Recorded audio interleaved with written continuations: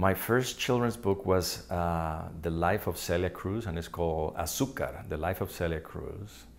And it was a book for kids that were between 4 and 7 years old, telling a little bit about the biography of the great singer, Celia Cruz from Cuba. So the way I approached the story was pretty much make up as you go. I mean, I never really met personally anyone that was a children illustrator, although I admire many people. I never had the opportunity to really talk to someone and say, how do you do this? So I understood who my audience was, even though at the time my child was just a baby. But I knew I have cousins and nephews and people, so I had the experience of being with kids. I needed to find I would create a character that would convey a lot of the characteristics and personality of Celia Cruz, and then just let it roll and have fun with it and sort of like describe in a visual way, what the text was saying.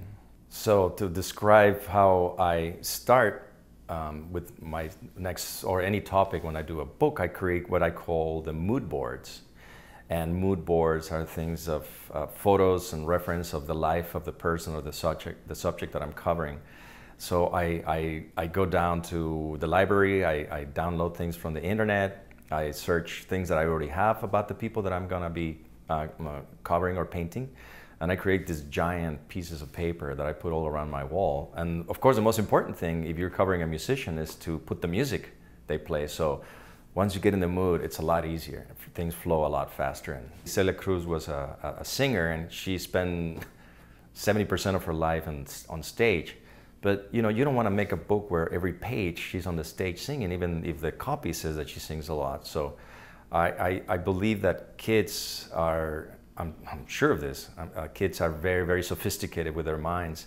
And you can be a little more poetic with the visual description of what's going on. And besides, don't we like sing when you're in the shower, or, you know, jump in on a field of flowers? So she doesn't necessarily need to sing on a stage. She could be singing in her dreams, you know. So I thought once I made that decision, it was going to be very easy to put her in different scenery and do this poetic approach to it.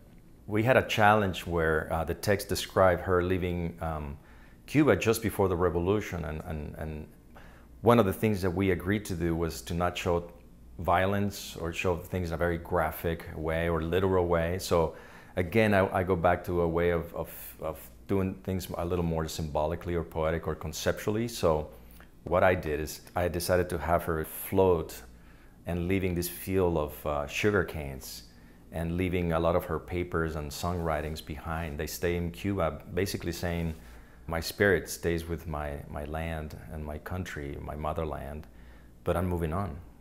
So I think it was a very effective way of saying that it was a painful moment and it was a hard decision, but she had to do it.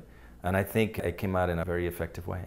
To convey that she is finally passed on, but her spirit lives on, I think birds, every time I see a bird, I think of people's spirits hanging out. I mean, even when when my father-in-law passed away, before he passed away, he said, every time you see a crow, think of me, because I'm going to be in your presence. So I see a lot of crows, so I see a lot of my father-in-law, someone I really admired and loved a lot. So portraying her flying away in this bird was my way of saying she is gone physically, but her spirit lives on.